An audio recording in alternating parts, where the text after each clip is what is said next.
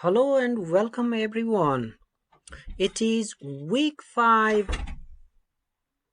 lecture and the topic is capital assets pricing model and some extensions. The primary focus of course is going to be CAPM. What we will do before talking about the CAPM model, I will be sharing you a number of key concepts, and we'll also be showing you the derivation related to CML, and then moving ahead CAPM. What is also equally important is various important concepts, models that we have understood in the past.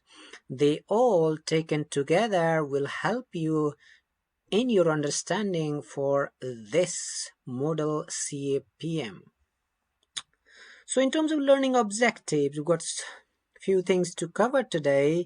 So we'll revisit some key concepts, and then moving ahead, we will look into CAL, capital allocation line, very quickly.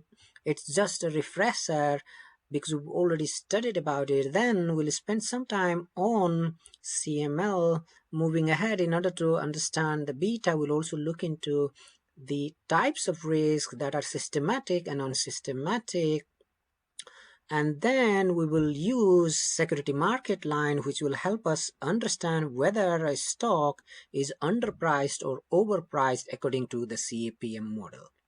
And finally, briefly, I will touch upon PharmaFriend's three-factor model so that you have some awareness related to single-factor CAPM and PharmaFactor's three-factor model. So let us begin. As you can see, this is something you're familiar with because this is a diagram related to indifference curve. So you can see here the convention is we put expected return of the portfolio on the y-axis, and on the x-axis, which is horizontal, we have the standard deviation, also we can say risk.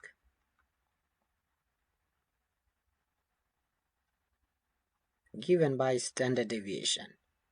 So therefore we have these two indifference curve, which is giving us the utility to an individual investor. So we can call it indifference curve given by U1, utility 1, and the second U2.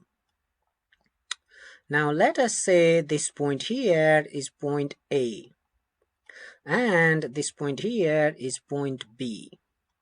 So as you know, in an indifference curve, any point in the curve provides the same level of utility to the investor. So if this point, let's say, is providing 10% utility, just 10%, then you know very well that the utility at point B, which is higher than 10%, let's say at this point here, the equivalence, the return is going to be, let's say, 15%. But what we say is the investor will remain indifferent between point A and point B because both points will provide same level of utility. Now you can see at point A the risk is equal to 0. At point B, let us assume that the risk will be equal to something like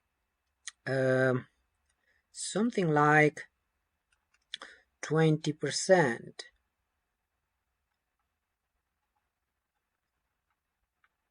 So although the return is lower at point B, the return is higher, let's say 15%, but the risk is higher as well.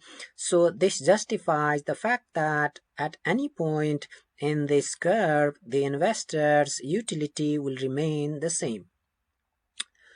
So, however, what we have learned is compared to indifference curve U1, in U2 the utility will be higher.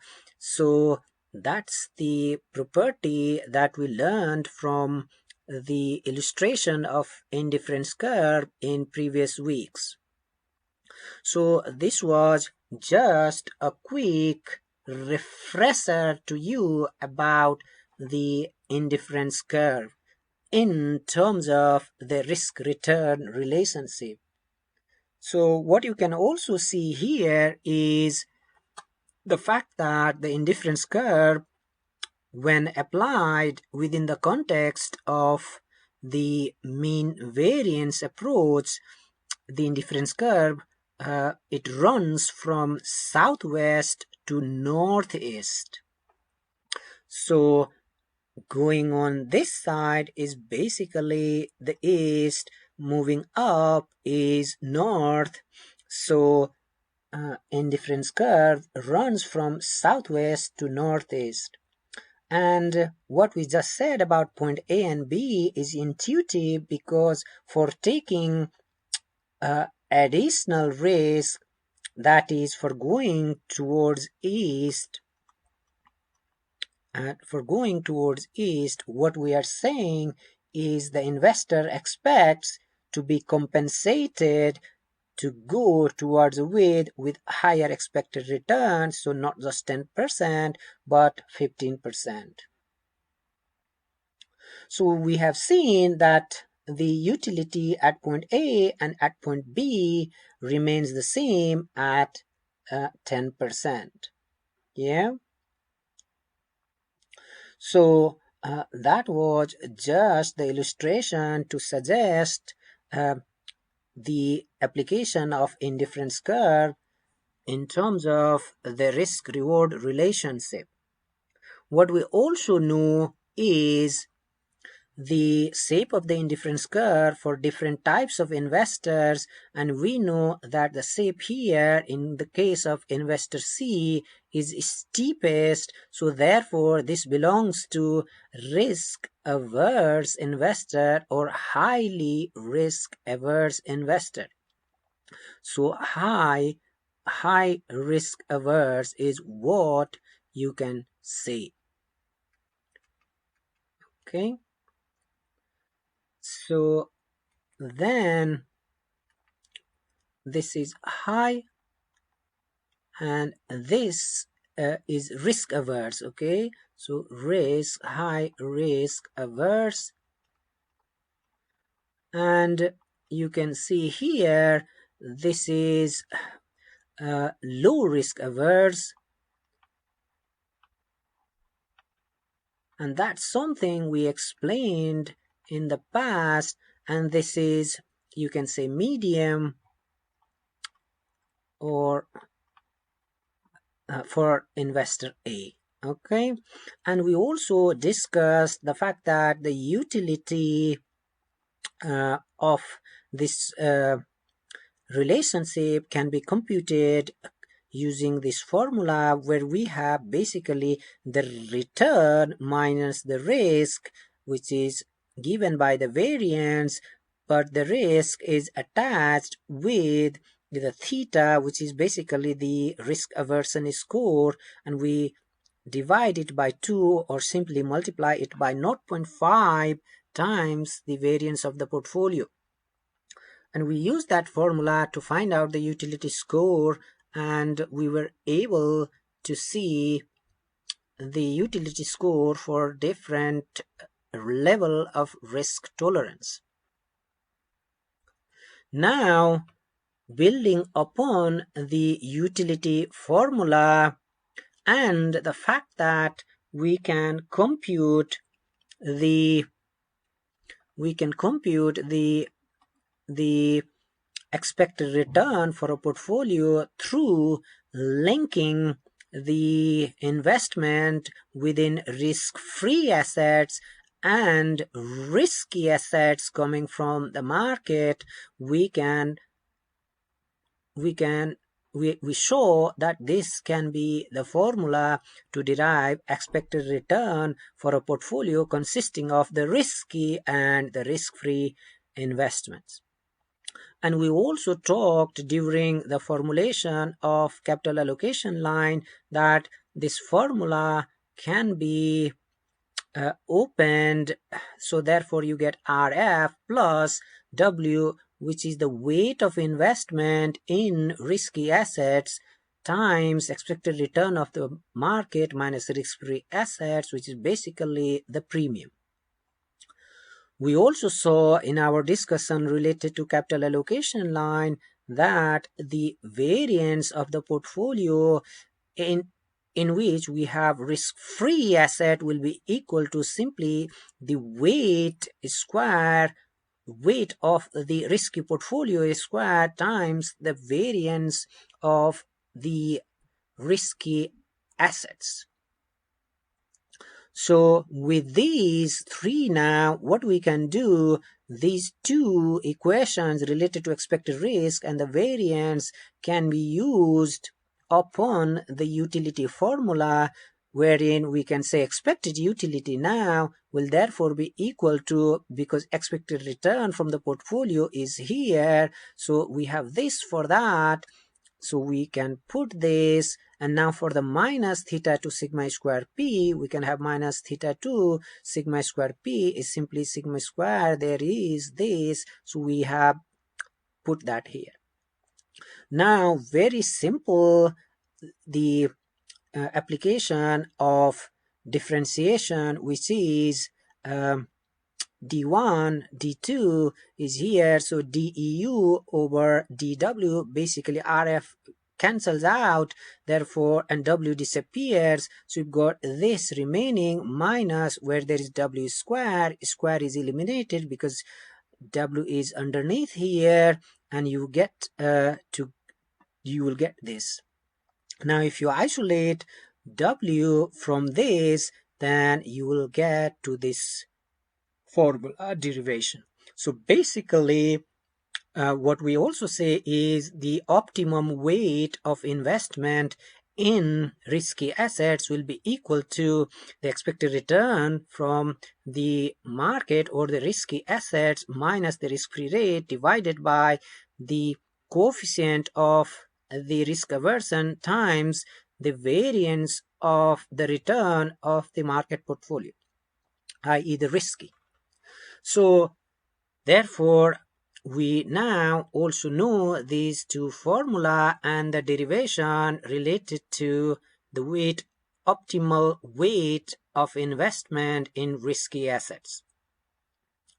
Again, we are building upon the concept, knowledge and awareness that we need ultimately to understand key concepts such as CML and the CAPM.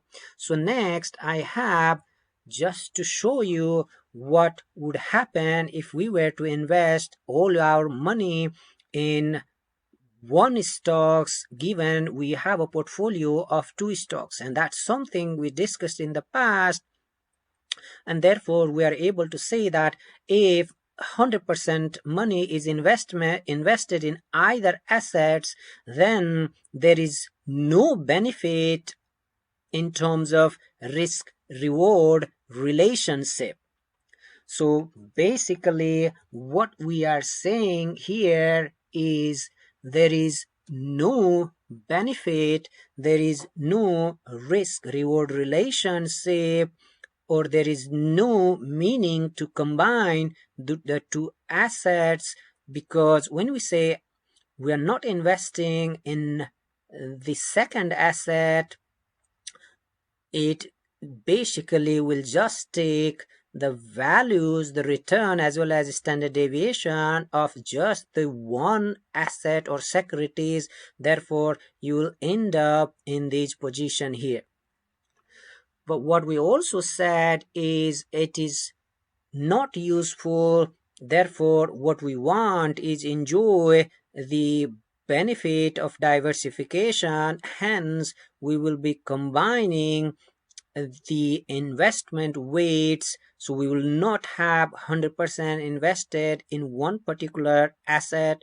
We will combine and we will see which combination provides us things like minimum variance point and efficient portfolios, which is given here by the blue. The inefficient are in the red. Again, this is something we discussed and we illustrated the concept of the portfolio theory as given by Harry Markowitz, and this was just the case of two stocks. Moving ahead, what we know is there could be scenarios, and the realistic scenario is that the investor will be investing in a large number of securities such as this.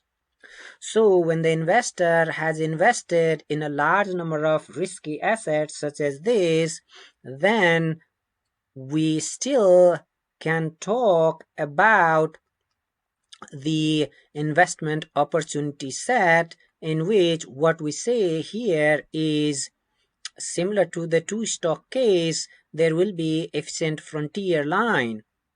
But remember, if you think that this is the case of, let's say, investment in just domestic stocks, just the domestic stocks, then what you can say is, if it is just the case of investment in domestic stocks, and now if you say you have now made investments in international stocks, then you have now been able to further go towards the northwest like this. So the curve stretches further towards this direction, and therefore you will have a new minimum variance portfolio point, and similarly new efficient frontier of risky assets involving those coming from within the country and also from countries abroad. So basically what we are saying here is the fact that we can have a very wide range of investment opportunity, and they can go from domestic to international, and when the exposure in the investment is increased, basically this will further add value in terms of diversification, and that would again lead to a better risk adjusted return. So that's again simple and intuitive concept that we understood in the past, and moving ahead, now we want to talk about the capital allocation line. So over here, just a simple illustration in which I have these numbers. As you can see, 8% return for risk-free and 20% for risky. Of course, the standard deviation for risk-free will be 0, and assuming for risky it's 30%. For a combination of weights between risk-free and risky, you can have the capital allocation line something like this, in which you can see that there is a real linear relationship that is that can be seen with the help of this capital allocation line, and this is what is evident, and we talked about this in the past. Of course, if you want to check and make the line yourself, just plug in these numbers, find out the different combination of weights, and you can draw this line yourself. I will show you something similar, but this time I would like to use the application for the illustration involving capital market line, so you will have opportunity to see how something similar can be done, but I will be showing you with the help of capital market line. Then we also spoke, when we talk about capital allocation line, CAL, we saw that there can be different capital allocation lines, such as this is in black, the one in blue, the other in green, and the final one, which is the steepest one, is in red. But you know already that this although is best in terms of slope, because this has the highest slope, this is not something that can be attained. So therefore, although this is best, we cannot take this. The one in black, of course, is not going to have the slope as high as the one in blue, so therefore this is not attractive as well. Although this is feasible, the most attractive is of course the green one, and as you can see here, it is kind of tangent, and therefore this is the point that we should be interested in, and that's what we talked. And the line here is the slope of the line here is given by this equation, which is what we learned through the concept of capital allocation line. So basically, capital allocation taught us the concept about the combination of different weights, using which we can see the risk return trade-off through the slope of the line, and that's what we did. Next, we want to see the application of capital allocation line and the concept of indifference curve. So if you say we have 4 indifference curve, let's name them, such as indifference curve U1, U2, U3, and U4. Okay, so you have these 4 indifference curve here, and therefore you have been able to see and understand the fact that compared to U1, the utility is higher in U2, and similarly even higher in U3, and the highest in U4. So of course U2 is better than U1, so an investor may like to be at point this, which can be say point A or point B, which is here. So this is something that can be done, but when you will see, you would also say that utility 3, this U3 provides better utility, this indifference curve, and this is where the point of tangency lies. So using this, what you have been able to illustrate is the fact that the tangency point of the utility curve in the capital allocation line provides the optimum level of investment. So therefore we have been able to say the optimal level of investment point can be shown with the help of the capital allocation line and the indifference curve plotted on it, and the indifference curve point, which is tangent with the capital allocation line, provides the optimal point. So that's what we say, and these are just a recap of what we have understood and we had seen in the past. Now, what we would like to do is we want to understand this new concept called capital market line, because we have just seen quickly other key concepts such as the indifference curve, the utility, the efficient frontier, investment opportunity set, capital allocation line, and the slope, and also the point of tangency on capital allocation line. So with all this background knowledge, we are now ready to understand capital market line. So when we discussed capital allocation line, we said that in the case of capital allocation line, we combine risk-free assets with the risky assets. This concept continues in capital market line as well.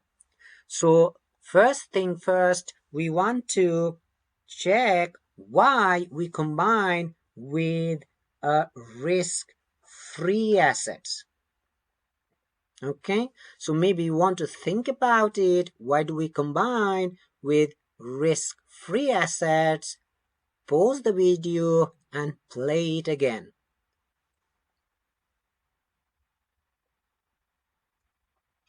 So basically, the reason to combine is the risk-free assets will have zero correlation with risky assets. So because it is not correlated with risky assets, there will be benefit, hence the reason why we in the investment aspect we combine risk-free with risky assets. So the main reason is risk-free asset is not correlated with risky assets. Now, what we need to understand is there will be different investment objectives and different risk tolerance of different people. Okay, sometimes the same person may have different investment objective and risk tolerance if you consider the timing of investment. So 5 years ago, someone may have a completely different investment objective and risk tolerance compared to the time now. And because of that, people would prefer to select different classes of risky assets. And such decision leads to a different optimal risky portfolio. And that's something I have shown here with the help of these points such as point A and point B and in the diagram. Okay, so you can think this again in the form of the capital allocation line that we discussed just before and in detail in the past. So that's something we can say in terms of the investor's choice. Now the central question is it possible that everyone will be interested to remain at a particular point because that point gives everyone the optimum risky portfolio? So a point where it is optimum, which is preferred by everyone to remain in that point.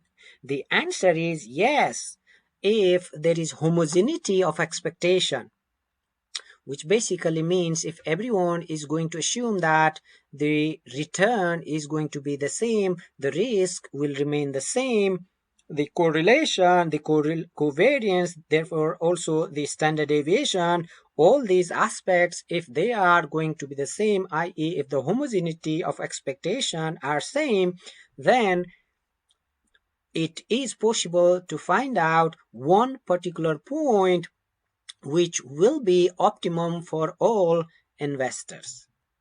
Okay, and this is a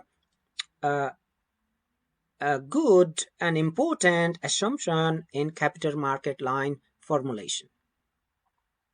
Homogeneous expectation. So now what we can say also is we were constructing capital allocation line before, and what we can also say is with such homogeneous expectation we should be able to find a point such as the one here, and that tangency point, now instead of calling it CAL we can call it CML or capital market line. Of course here what we're talking is, you see, the risk now is the risk for the market. Yeah, so it is the standard deviation for market. Of course there is standard deviation, or sorry, the return, expected return for the market is also here. So now in order to talk and illustrate the capital market line, first we may like to thank and appreciate James Tobin, who in 1958 in his paper discussed this theory, also known as separation theorem, and this link here, if you click, should take you to that article. The link here is basically a YouTube video I found where James Tobin is talking, although he's not talking precisely about the capital market line concept or his theory, separation theorem. I have still kept the link mainly because unfortunately James Tobin has passed away, and just in case you would like to see the person speaking, I found the video and the link is there. So in this slide I'm just saying James Tobin is the scholar who developed this capital market line concept. So next we now want to expand and understand CML line or capital market line. So first, in order to develop the capital market line equation, what we need to do is we need to understand the fact that the covariance with a risk-free asset will be equal to 0. Similarly, what we need to know is the correlation with a risk-free asset will also be equal to 0. And then expected return for a portfolio of two assets, one risk-free and another combination of risky, will be equal to expected return of the portfolio equals weight of risk-free times rate of return given by the risk-free assets plus 1 minus weight of risk-free, which basically means the weight of risky assets times the expected return coming from the portfolio of risky assets, which is basically coming from the market. Therefore I have given the symbol M. Similarly, the standard deviation of a portfolio will be equal to sigma port 1 minus WRF sigma M. Now what I will do, I will just spend a couple of minutes showing you these two, because these are important assumptions, important intake, in fact, to help you develop the capital market line.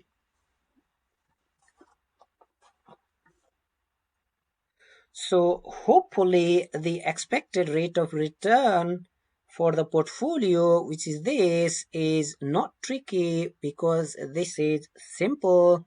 It's just the expected return for the portfolio will wherein we've got a combination of risk-free and risky will just be equal to this.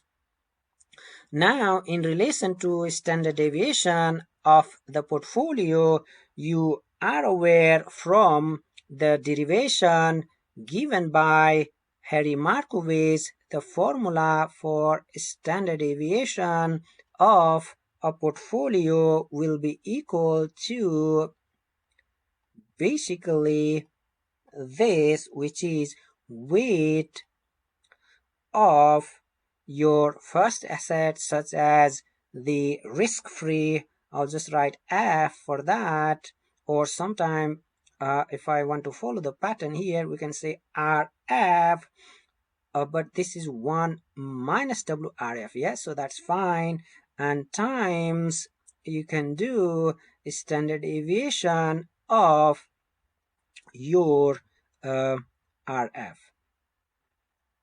In fact, you do not even need to write it because you already know this is going to be 0, but just the formula given by Harry Markowitz is what we are doing. So weight, this time risky, so I will just put it as M, and times standard deviation of the risky assets coming from the market. So there you go.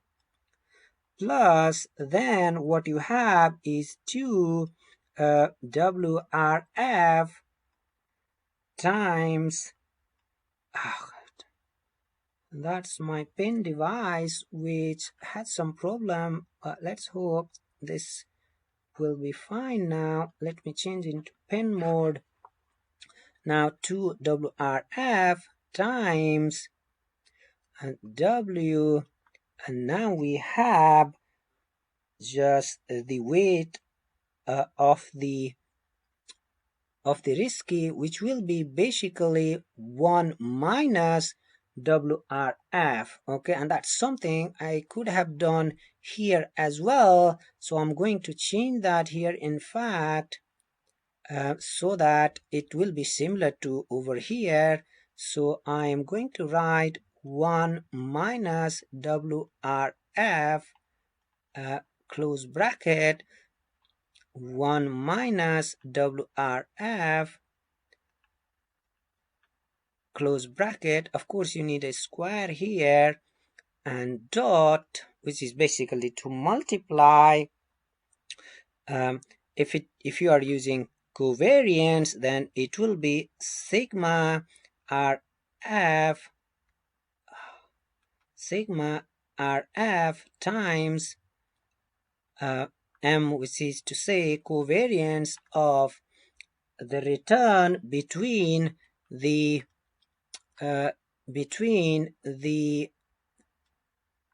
RF M, so covariance of return between the risk-free and the risky assets. But what you already know is this is equal to 0, there is no risk, so the remaining is just this bit, so this cancels out, and over here as well the covariance will become 0, so this is going to be 0, so this all cancels out. So the only remainder is this part here and this part here. So and when you, this is variance, and when you avoid the square, this is the portfolio standard deviation equals, you remove the square here as well, 1 minus WRF sigma M. So that's basically the standard deviation of a portfolio, which is portfolio where you have risk-free assets and risky assets. The return was easy, therefore I didn't expand on it. So with this knowledge now, what we can do is we can now derive the capital market line equation. So basically we just need to look into this equation here. So this particular equation here is what I will be copying. I have already copied in the slide here to show you. So that's it. And what I'm doing here is I'm just adding RFR minus RFR. So all these bits here are exactly same as above. So this bit here which I have is exactly same as here. So the extra bit is here, but you know this will cancel each other out. This will be equal to 0. So you will allow me to develop this in this format. So now what I can do is I can see that there is RFR here and RFR here. So I can take minus RFR as common. So then I will get 1 minus this WRF remaining. So now I have 1 minus WRF here, 1 minus WRF here. So I can therefore take 1 minus WRF as common factor, so that I will have remainder, which is ERM. Here I should have a bracket rather, to make it appropriate, and therefore ERM minus I have this remaining item here, RFR 1 minus WRFR. Okay, so that way I can see that this is like this. So I have it. Oh, this is a little annoying, but maybe I need to be gentle. So now I can do RFR plus 1 minus WRF, expect return minus, because you are simply multiplying, therefore you get expect return from the market. Sorry, here you take the common this, yeah? So while moving from here to here, you are simply organizing it, and therefore what has happened, sorry, this is not multiplication, but this was simply the plus sign. Okay, so when you have plus, ERM times 1 ERM minus no, hang on. So what we are doing here is moving from this step to this step. RFR, basically we want to take 1 minus WRF as common, so that you see, so that if you just see from here to here, it should make sense, because you are just taking the common factor here and the remaining is ERM minus RFR. So you can ignore this, you can just jump from here to here, which is RFR plus, when you take 1 minus WRF as common factor, if you see on this side, this is remaining, so you put it here, and on this side minus RFR. Okay, simple as that. So please ignore this. I was just trying to put one additional step, but there was a small mistake. Now RFR plus 1 minus WRF, what I'm doing here is I'm just saying allow me to keep sigma m by sigma m, because when they cancel each other out, that will be 1. So 1 multiplied by anything will be that particular item, so it doesn't affect. So now what I have on the top is 1 minus WRF sigma m. So what I have on the top is 1 minus WRF times sigma m, but this, as you know, we saw before in the slide, is equal to sigma of the port. Okay, so this is what we said before, so we can now replace this by sigma port, and therefore I have, or I can cancel out these and replace it by sigma p. And underneath I have sigma m as it is, and this is basically the risk premium, which is here.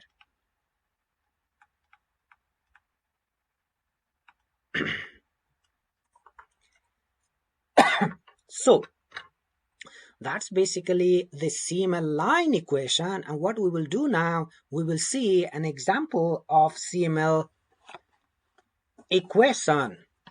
So what we can do for this is basically get some data and then show the application side.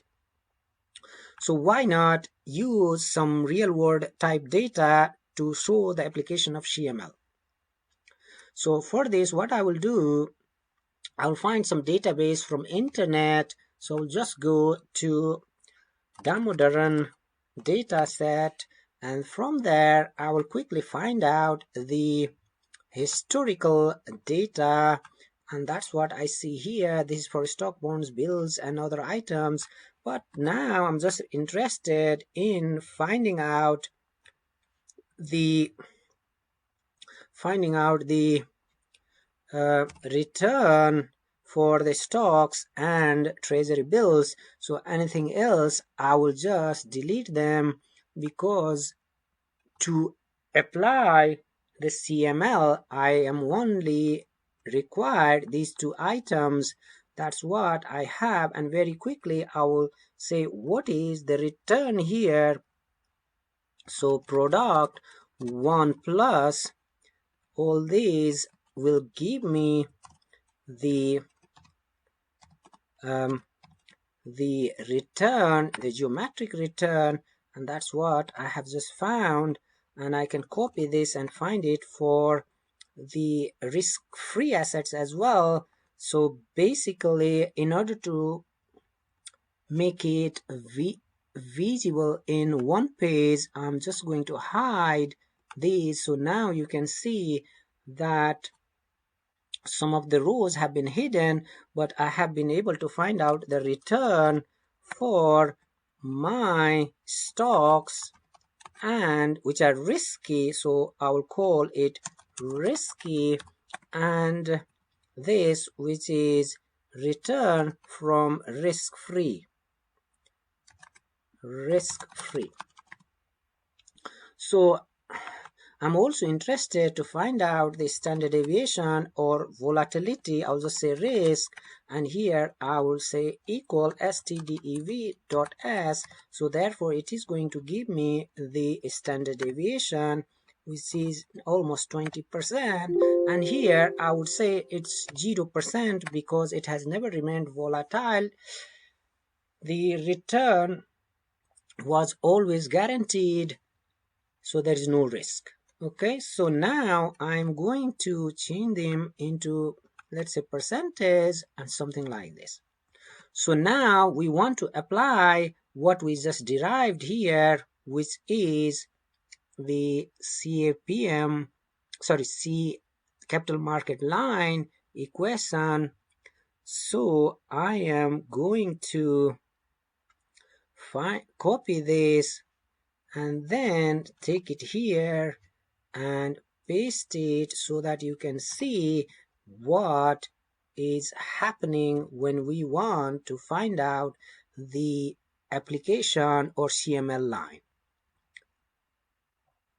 So I said to you that CAL and CML are similar, although there is important distinction in terms of concept.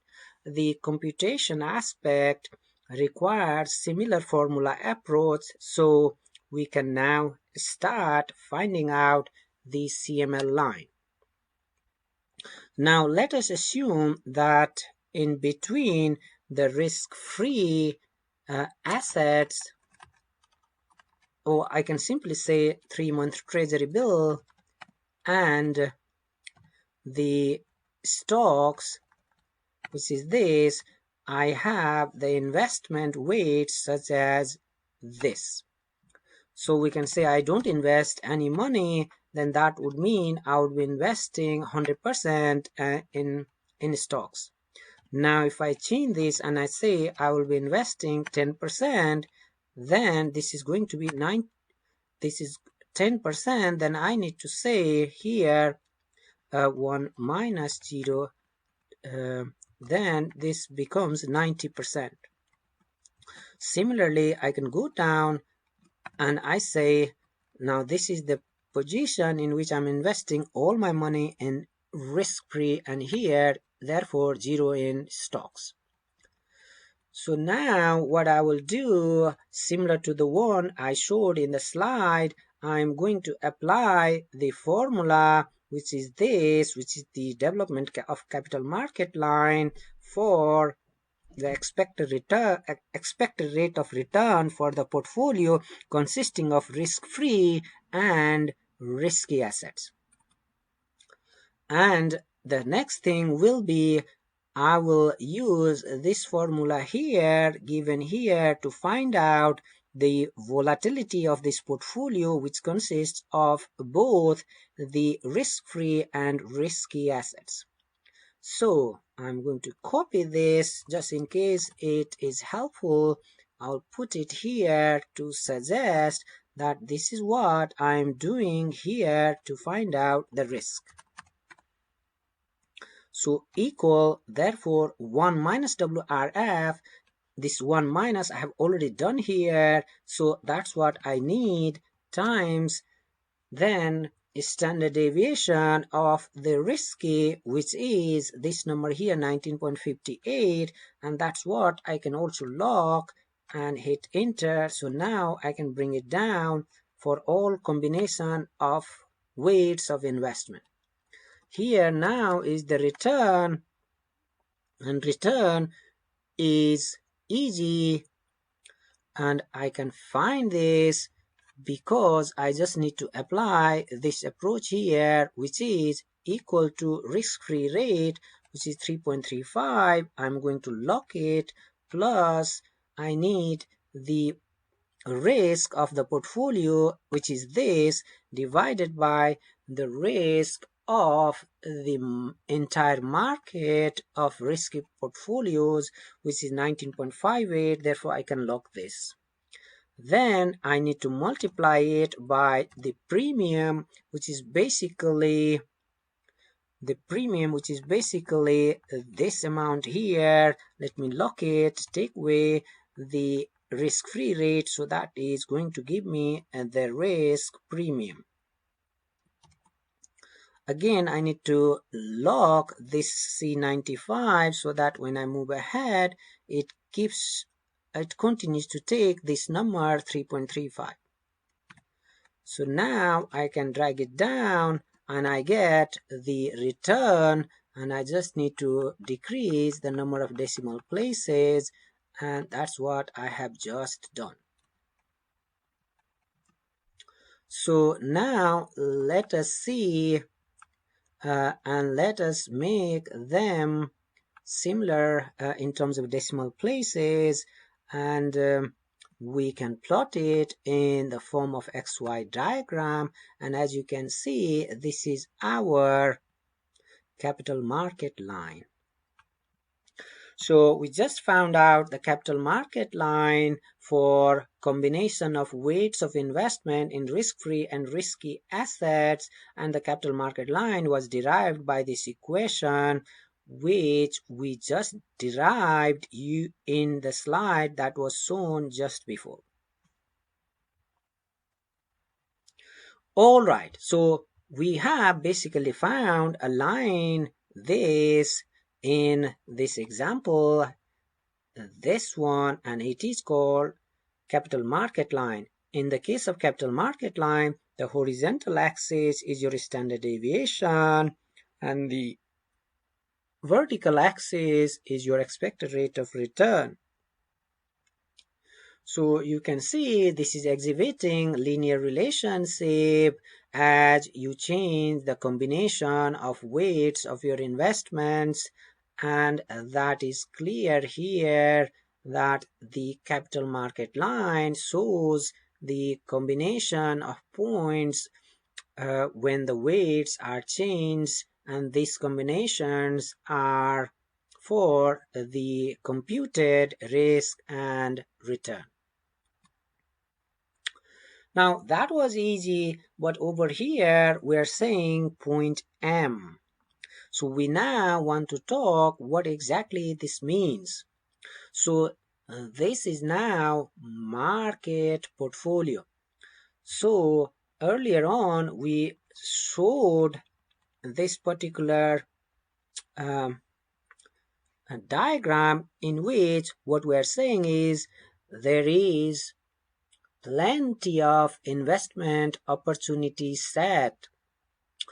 People can invest almost in all available securities, and I also said they can also invest not just domestically but also internationally, and the feasible number of available securities to invest uh, are there so many. So where the investors would like to be in in that case. So what we say is everyone in the world would like to be in this point M. Now what is M? M is the market portfolio which can consist of any type of investment.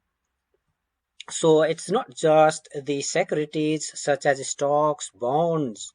It can also be everything that is available to buy or sell. But you need to remember that there are some objects which may be not possible to buy or sell. For example, you can say the Liberty Tower is something not available for sales, yeah, at least until now. And you can also think of human capital. That's not something that's available to sell.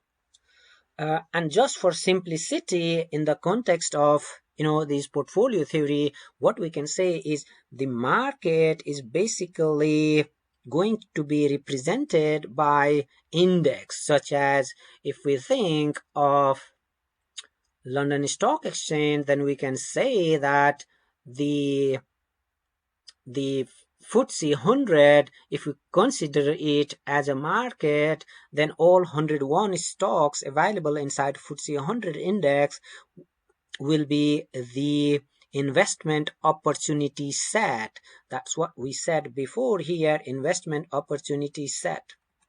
Okay? Investment opportunity set. So although the market can consist of any type of investment, for simplicity within the portfolio theory, what we can assume is a particular index as the market. So all the stock constituent members inside that index can be considered as the market. Now, what happens when we are able to invest in all such stocks? What will happen? Basically, there will be no idiosyncratic risk left. So the risk that will be there will be the market risk or simply the systematic risk. So at that point, the risk will be the lowest. And that's one logic why we all want to be at point M, because the only risk left out is systematic risk, and investors generally nowadays are only rewarded for their ability to absorb the systematic risk, because we all know that the idiosyncratic risk can be reduced. Now, so if everyone wants to be here, then why we're talking about points such as this or some point here? So that's what we need to understand. Of course, again, I would like to repeat, everyone in the world would like to be at this point. And to understand that, we need to understand why people may not be at point M, although this point M is most attractive. People may be at a different point from point M, such as here or such as this place here. For that, we need to understand Tobin's separation theorem. Okay? So basically, what James Tobin said in the paper is it's important to find out optimal combination of risky securities, which is point M. Then It depends on the investor's attitude towards risk, whether the investor is interested to lend or to borrow. So with this, what has happened is within portfolio theory, there is now the scope of financing. Prior to James Tobin, portfolio theory only included the investment function. Now, because of James Tobin contribution, we have come to learn about the borrowing at margin or borrowing at the risk-free rate. Therefore, the financing is also a part included here. So that's one concept. Now, in order to understand that, what you can do is you can see how financing can be possible. So, for example, if there is a share, or let's say some bond trading at £100 and prevailing interest rate is 5%. So we want to say, is it possible to borrow at the risk-free rate? So that's something we want to see with the help of this example, because we want to see the scope of leveraging here, i.e. borrowing.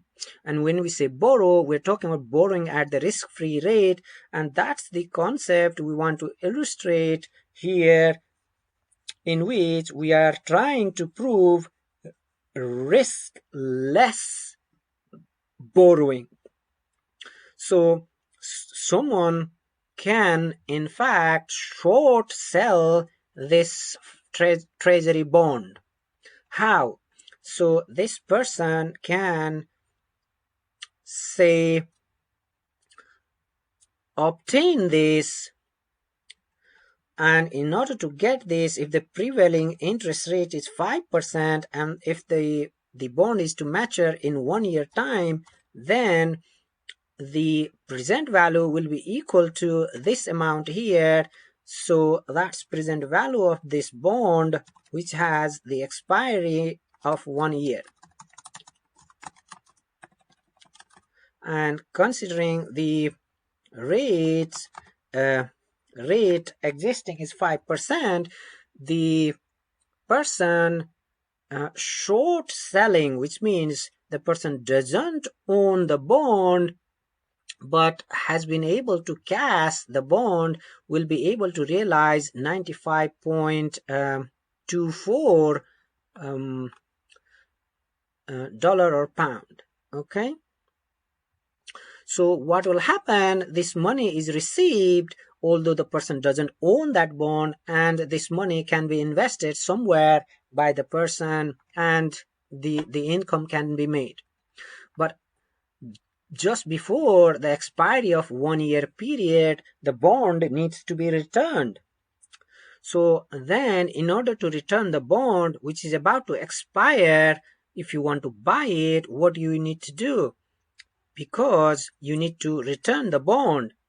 So basically then the bond has £100 face value and it is going to expire soon, and just prior to expiry, now assuming the rate still remains the same, just before expiry means at time 0. So what you get therefore is the same 100. So basically what this example shows is, here I can say present value just before expiry, because you now need to buy it to pay. Then what you are saying here is the cost is what? So cost is basically 100, value now divided by value before, take away 1. So again, this is giving you 5%. So this is an example to say that that illustrates the concept of risk less borrowing, or borrowing at margin. So therefore this is possible. So with that assumption, now what we can do is we can talk about the capital market line even to a greater extent. So we want to illustrate here A and B, but we already told that everyone in the world would prefer to be at point M. For example, if we assume in the world there is only one index, which is, let's say, FTSE 100, and if you have invested in all the constituent members 101 FTSE stocks, then that way you have been able to minimize all of the idiosyncratic risks. The only risk left is the systematic risk, so you have fully diversified. Therefore this is the point where you will enjoy, or you will have the optimal position. Sorry. So, but then what about the point A and point B? Point A and point B are important because these points are showing your attitudes to risk. Therefore you may be willing to lend and some others may be willing to borrow. So investor at point A will be lending, whereas investor at point B will be borrowing. So this then basically means investor at point A basically is taking less risk, and investor at point B is happy to take higher risk. The investor who is taking less risk will have a steeper indifference curve, something like this, as opposed to the investor who is a low risk averse person. So therefore such a person will have relatively flatter indifference curve, such as this, and that's what I have plotted over here. Okay, so you can see this is steep, this is flat, therefore it shows the risk tolerance aspect. So although this is the best optimal point, some people will be here and that can be their point of optimum, and some other people here. So now we just quickly want to illustrate this point B, because this is about borrowing at risk-free rate, and with that borrowed money buying more securities and therefore invest more money in the risky assets, and that way aim for higher expected return per unit of risk taken. Just to illustrate that, I have this file opened here in which I can quickly show you, tell you what is it like. So I can quickly plot these numbers. Just see here, I can change the numbers as well if you like. I just wrote this a while ago, just before the recording started, just to prepare myself, but you can see these are the numbers I've just plugged in, just imaginary numbers like returns from risky assets 10%, 5%, 0%, and standard deviation of risky assets 20%.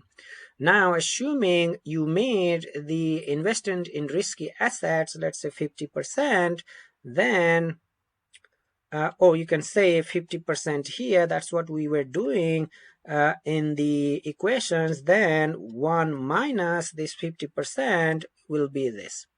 So now find out the portfolio return. This will be equal to the return from rate of return from risky assets times the weight of risky assets plus rate of return from risk-free times risk-free assets weight.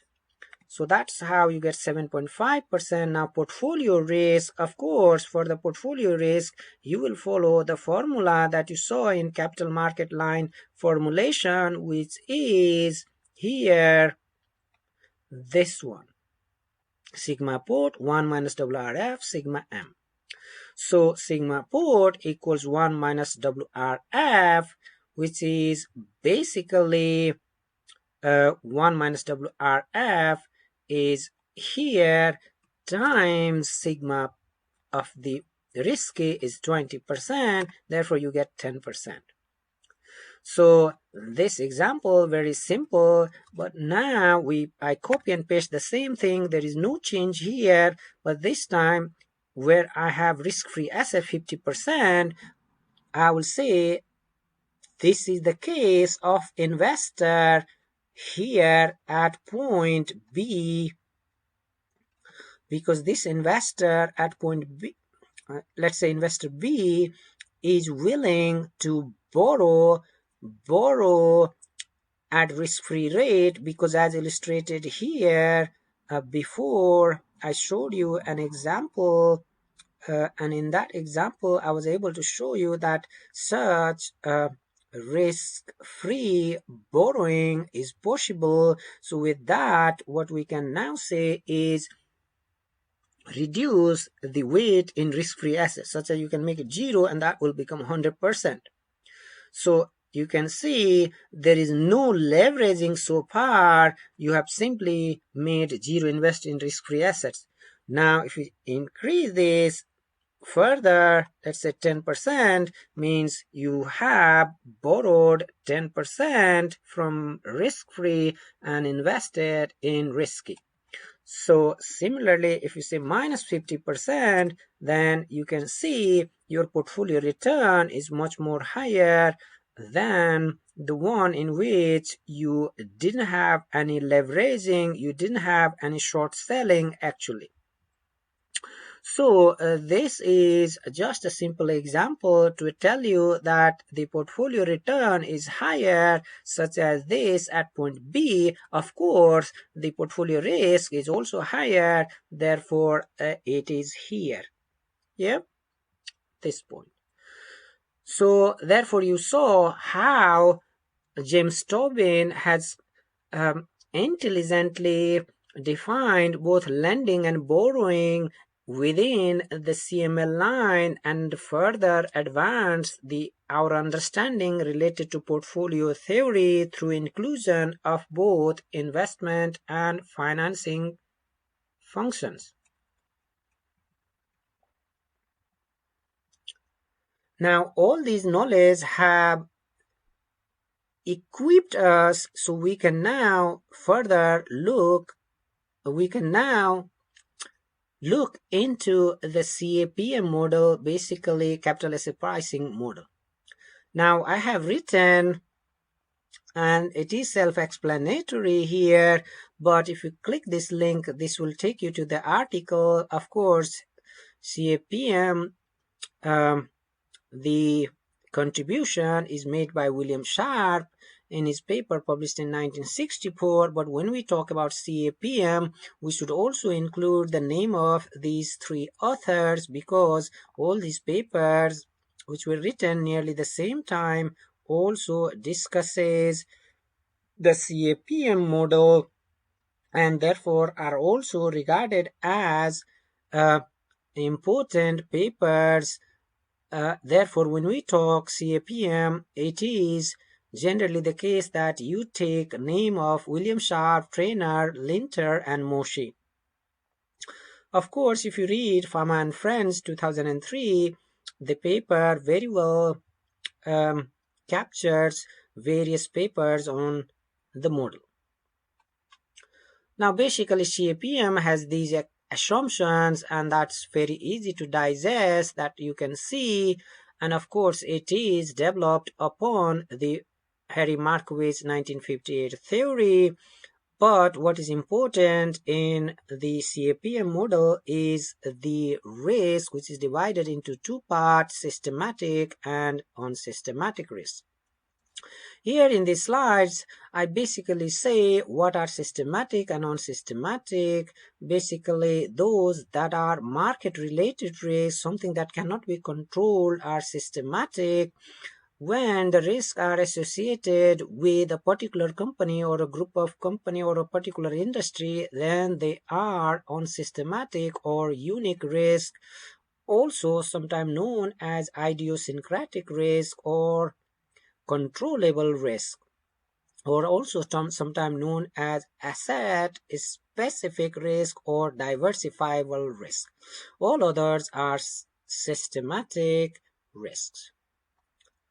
So basically, it is the systematic risk that cannot be reduced, only the unique risk that can be reduced.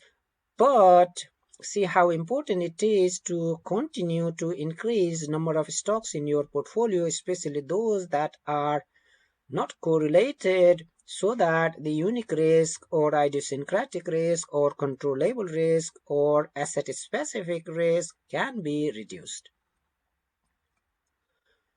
Now here we're just saying if investor wants to avoid risk altogether, the investor must invest in portfolio consisting entirely of risk-free, such as government securities. If the investor holds only a undiversified portfolio of shares, the investor will suffer on systematic risk as well as systematic risk. If it is a balanced portfolio, the investor will suffer risk which is the same as the average systematic risk in the market. So all these are self-explanatory, and these discussions are also talking here about the beta. Let me tell you what it says here about the beta. When we say that if the beta is 0.5, it will move in line with the market, but only half as much. This basically means half as much. Don't get confused. Here it means half as much of the excess return. So it is not to say that the return will be halved. And here it is not saying that return will be double. And this is illustrated here with the help of an example that I will show you in a second. But this is again defining beta and relating it with the market. So if it is equal to 1, less than 1, greater than 1, what does that mean, and so on.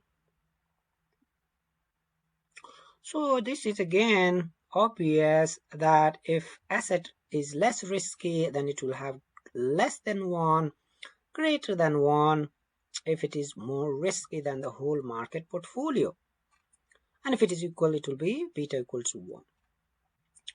Now, we've been talking about the beta, but how mathematically beta is calculated can also be shown with the help of this equation, which is beta equals the covariance of return of the individual stocks with that of the market, divided by the variance of return of the market. So that is the formula approach to find out the beta. Therefore, I have said the first approach here. Now over here, I'm just deriving the CAPM equation because in some textbooks you just see the final formula, which is this. Maybe you're not very happy how we come to a derivation such as this. But remember, this is something we derived in CML derivation, which was here. Okay, so the derivation was here. I said to you, ignore this particular because you can move from here to here straight. But finally, I was able to tell you that this is the CML line. So basically, I'm just starting from this stage or this stage here and then deriving the CAPM equation. So I can show you exactly how it works here. I had done that a while ago, and if I can find it now, I can show you, or in fact what I will do, I will just show you uh, from the start so that's something easy for you to see. So what I'm saying here is I start from this, and you can see it is here. Now I would like to put it here, and now I will move ahead. And the second step perhaps is easy as well, so I will just save my time typing it because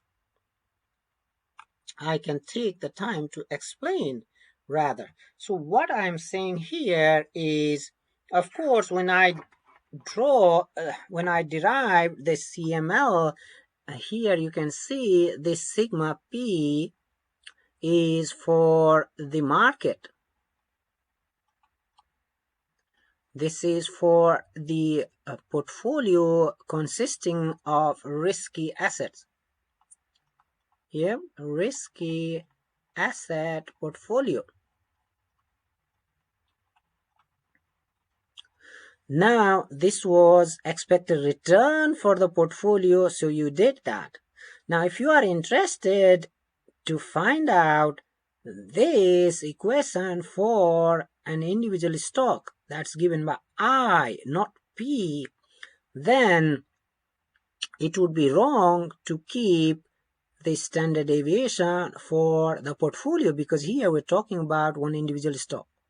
So what can we do then? Can we put just sigma I, which is standard deviation of that particular stock or security? But then you can see if you do something like this, then you are capturing the entire risk of that individual stock. But that individual stock is there in the market. So it would be more appropriate that this is related to the market. Therefore, you are relating it with the correlation of that stock with that of the market. So with that assumption, you don't write this, but you change this and this. So now you have this. Then in third, what you can do, again, this is simple because over here we are simply, what we are doing is copying the sigma m into this side. Everything else is exactly the same, so I don't need to illustrate, just the sigma m goes here. And that's done for a purpose which I will explain. After this, what you can do is, this is the risk-free rate plus over here, you just keep them as they are, so you haven't changed anything. That's sigma m. What you can additionally do is just type sigma m divided by sigma m. What happened? Something went wrong.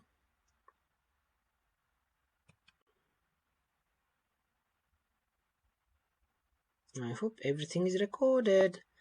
Let me keep some patience.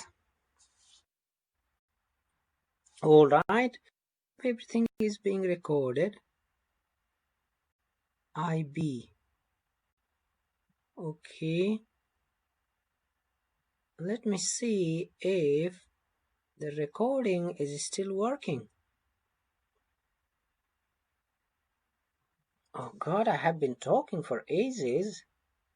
Let's hope that my recording is there. So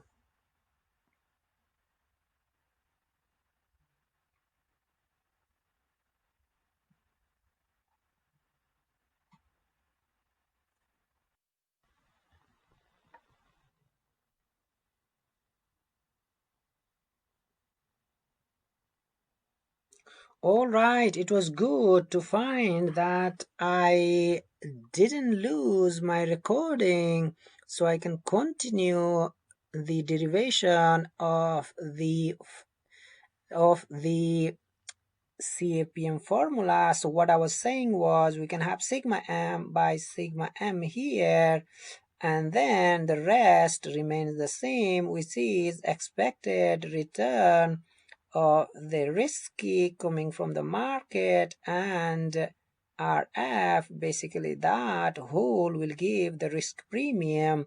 So now I can see this is risk-free rate plus, if I can see the denominator here, that is going to be sigma square m, and now if I see the numerator here, it is something similar to this, so that's what I'm going to write, sigma I m, which basically means correlation of individual stock with the market will be equal to the covariance of the individual stocks return with that of market divided by standard deviation of return of the individual stocks times standard deviation of the return of the market. So basically sigma im, if I put it on one side, will become correlation im times sigma I times sigma m. So if you see, this is exactly what I can see here in my numerator. So I can replace it by this. So this then basically means I can write sigma im, and the remainder is just as it is.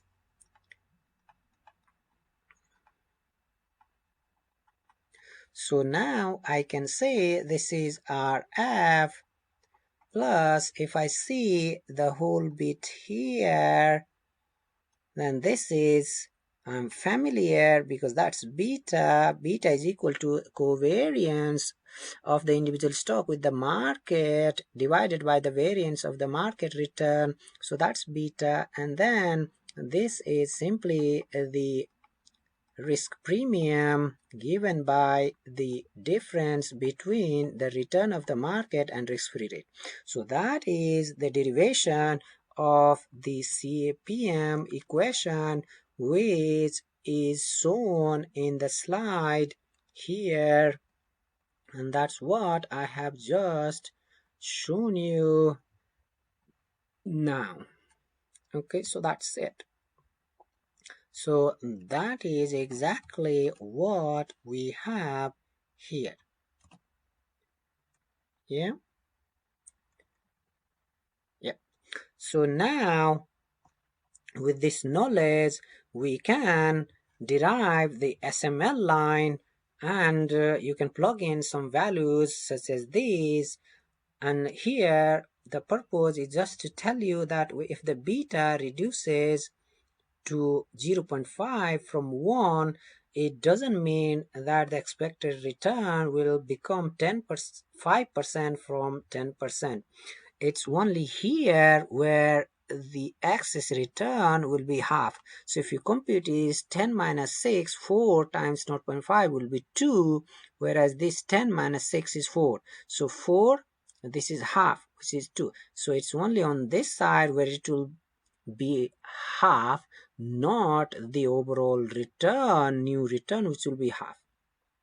So that is the explanation I have given, and therefore you can make this security market line here, which is this. Now using this we can also find out whether a security is undervalued or overvalued, for which I have this example here, and what I'm going to do now is copy this number in an Excel file and show you how CAPM can be applied to see whether a stock is underpriced or overpriced. Remember, it is also saying here you need to have this assumption, so I'm going to take those as well and paste it here, and I also need to paste those information here. So let me do that. So I'm going to copy this table and put this over here, and I can see that these are the information given to me, and therefore I have expanded it so that you all can see. Now basically I will just use the CAPM equation that I have shown you, so you can see I'm using the CAPM equation, and that way I would be able to show you how this works, and we will be able to find out the CAPM given valuation. Okay, so over here now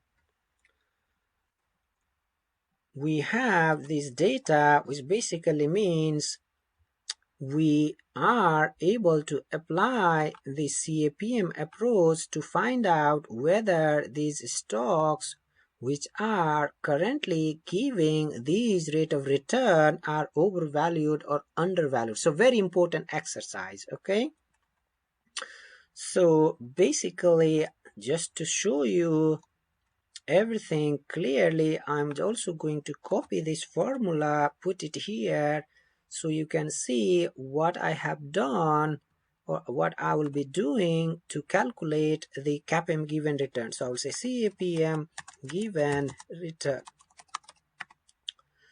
So let me expand the column, and over here I need from the formula risk-free rate sorry, which is RF. It's not allowing me to copy this, but I can minimize this, so you should be able to, oh, there's something, let me see if this can help it improve. Yeah, okay, now it's better. So risk-free rate is 5%, which is here. Let's assume it's here. I'm going to type that in a second. Beta is this times I need to find out the risk premium, which is return from the market minus the risk-free rate again here. So I just need to type in 5% and 9% here. Sorry, it became 55. I meant 5%. So now therefore I know this is 7.8%. So that the I have this, I just need now to lock some of these. So F4 and F4 here, and C5 is beta, I don't need to lock, but C2 is risk-free rate, so I'll lock this. This means now I can simply copy it, drag it down, and I can get CAPM given return. So is there any what we can call alpha? Okay, so if there is alpha, then you can see there, yes, this small alpha here, no alpha here, that's a better alpha, 5.55 minus 5.45 and 2.20. So we have now been able to find returns which are higher than those given by the CAPM. So basically, if you need to make evaluation, then you can say that here is basically the stock is underpriced, this is overpriced or overvalued, this is underpriced, this is overpriced, this is underpriced. Now, you may wonder why it is the case. Then it is helpful when you make the diagram and see yourself. So basically, first what I will do, I will make the XY scatter diagram between risk and return. Now in CAPM, the risk is beta. So I go here and make this diagram, and I get this scatter plot, and I'm putting it here. Let me make it slightly small, a little bit, so that it all fits well. Or I can in fact delete this column, and therefore I can fit everything here like this. what I will do additionally here is I will reduce the decimal places. Ah, I will here reduce the decimal places so that um, the return can also be seen clearly, and it's not merging with these numbers. And let me clean these so that there is no grid lines.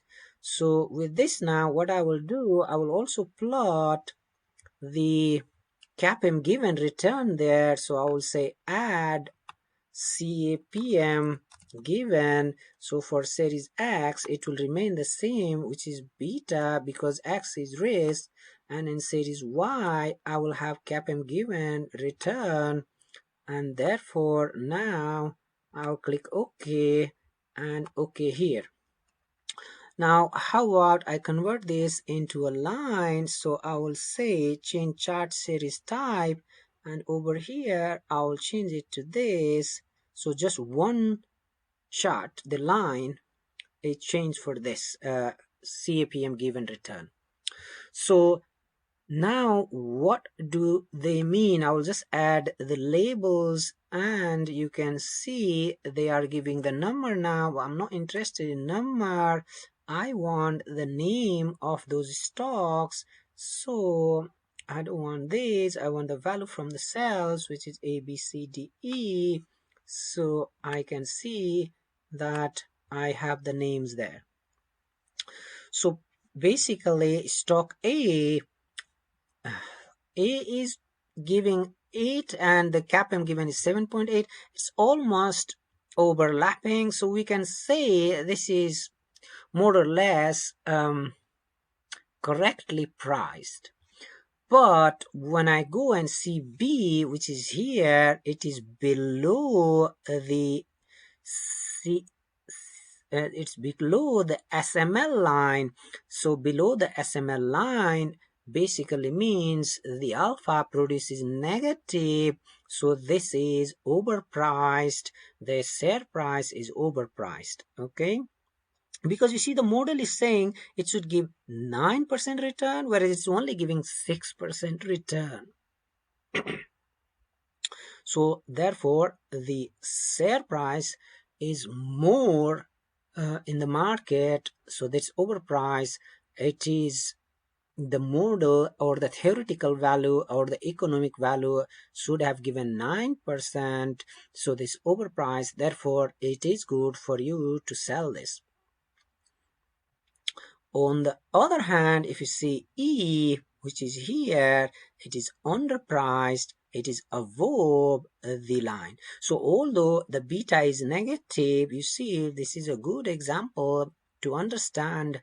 Although the beta is negative, the performance here is good.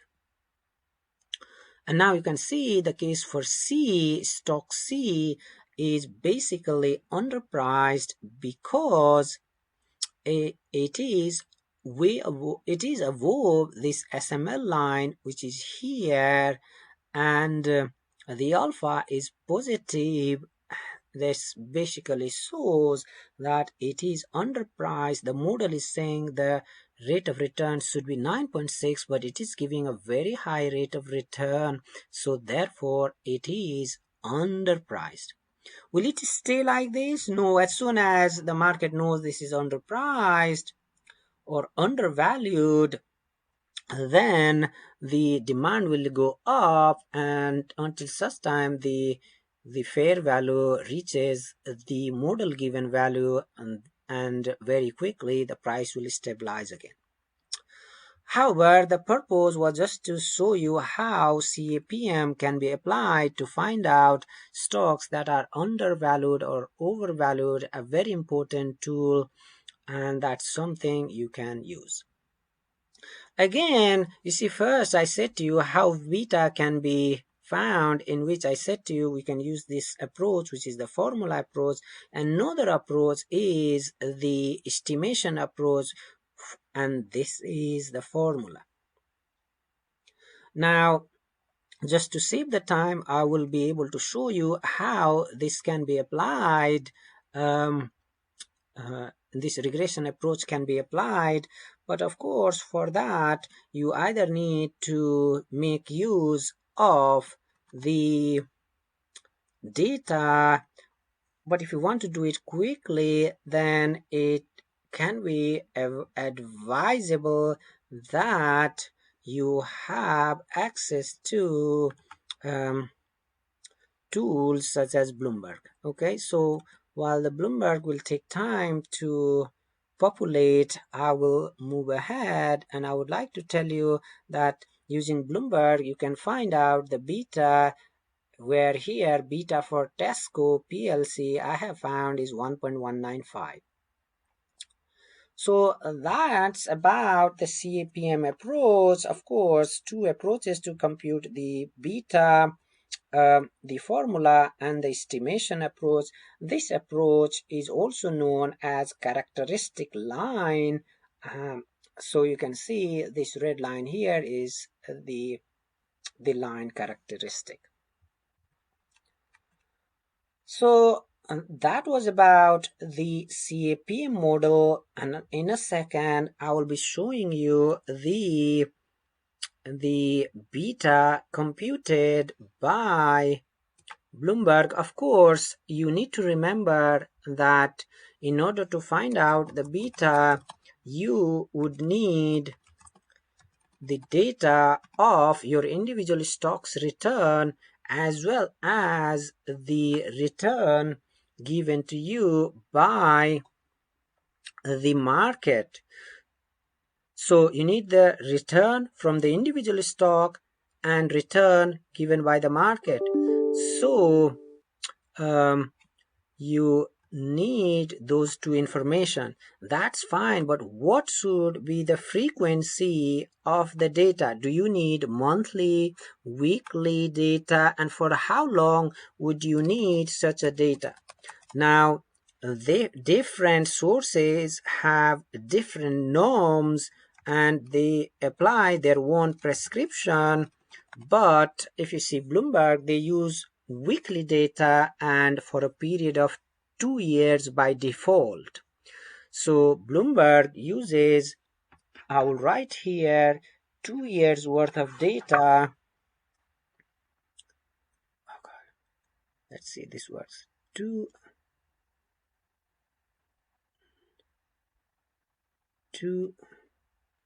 No, this thing with my device.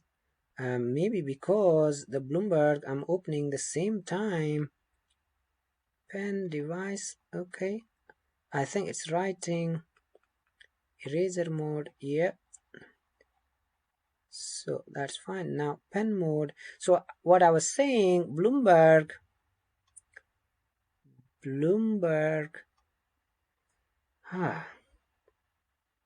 it's very slow, yeah.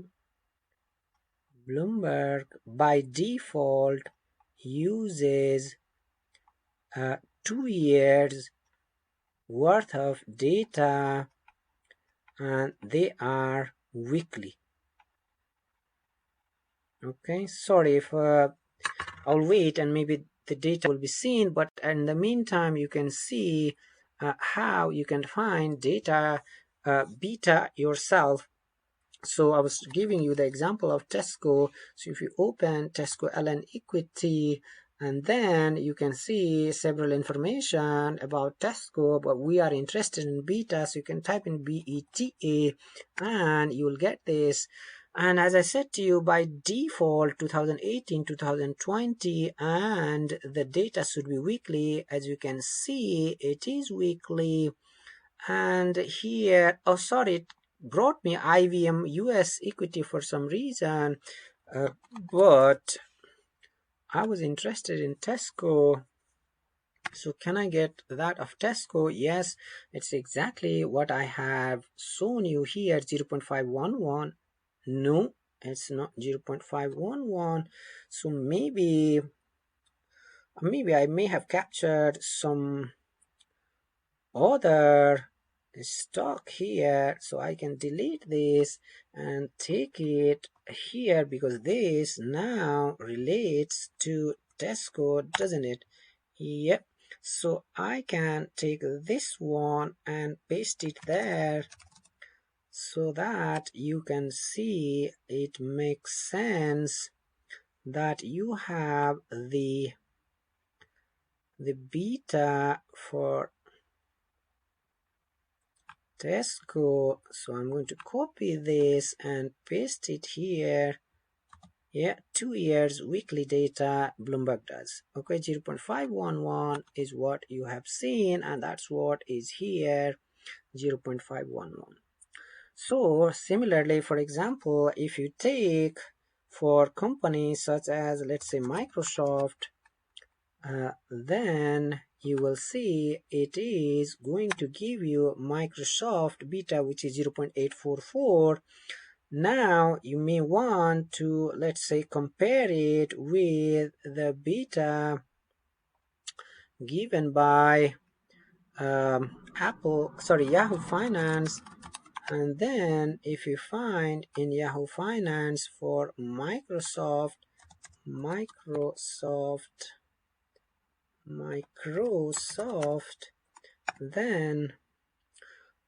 then of course it depends on which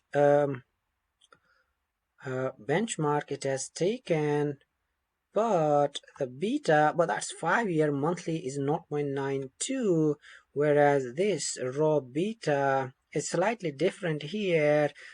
Therefore, I was saying the fact that different source may have different assumption regarding the time period. Of course, it is taking SPX index, and this I didn't see when I checked, but I can check here again to see Microsoft equity NMS. So okay, just we can just find it for, let's say, something. Apple will be listed in equity NMX. NMX is there. So let's see. Let's see, for NMS is fine. For Apple, what is the beta now? For Apple, the beta again 5-year is 1.31, and over here if I type in Apple AAPL, then I get a beta of 1.03. Of course that's different, but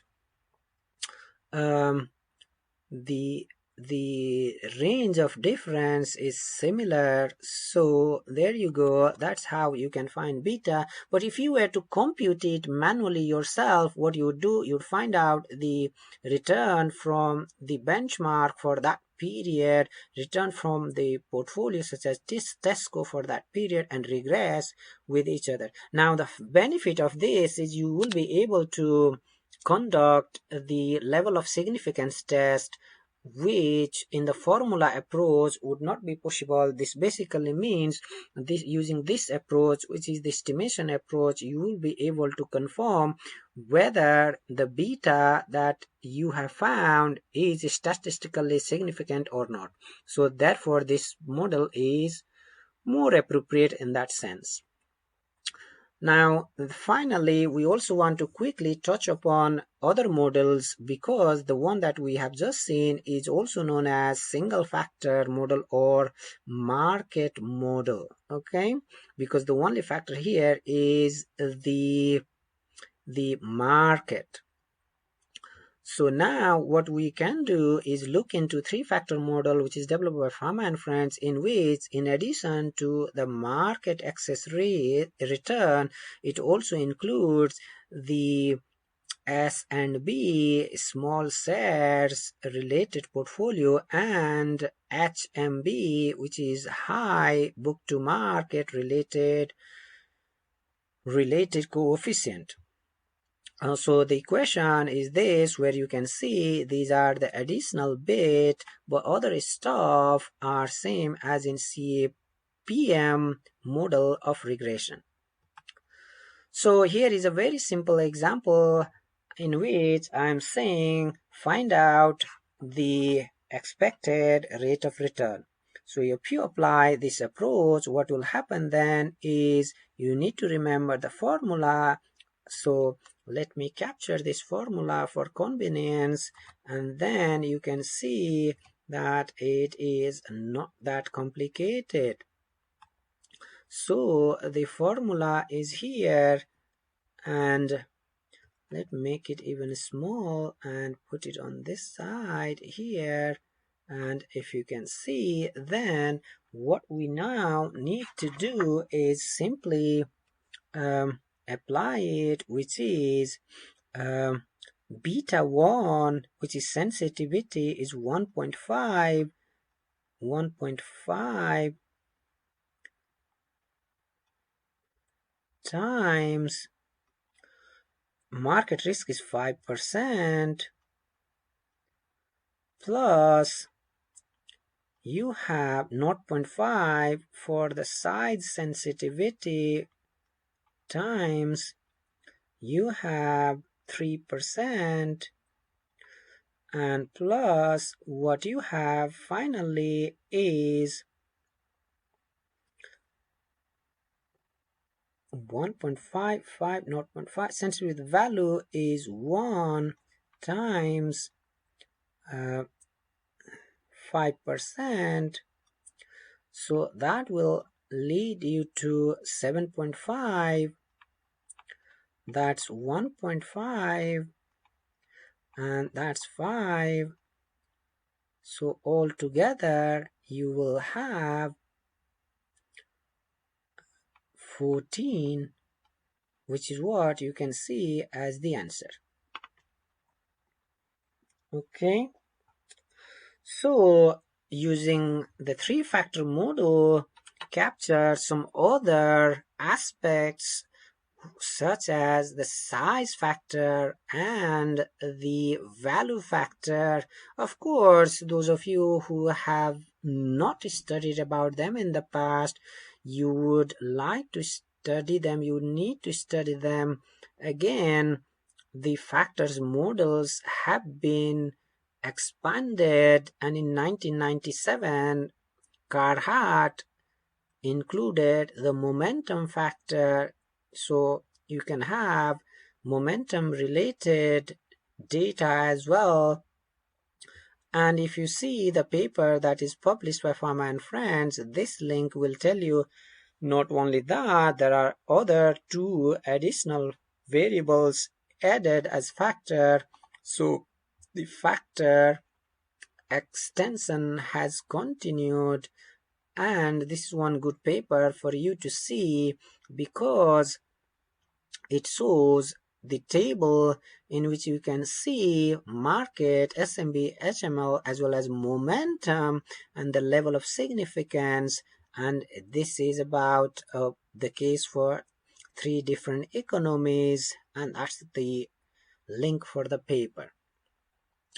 So basically, quickly, we touched upon the three-factor model, but using CAPM, we were able to establish whether a stock is undervalued or overvalued, and we were also able to see the beta that can be computed using the regression function, also known as the characteristic line that can be drawn, and the formula approach, and that way we can find out whether the stock is underpriced or overpriced. Okay, so this is all about the discussion that is relevant for this week, and we will talk again about the new agenda as we progress. So thank you very much for paying attention and listening to my discussion for your week 5 learning. Thank you.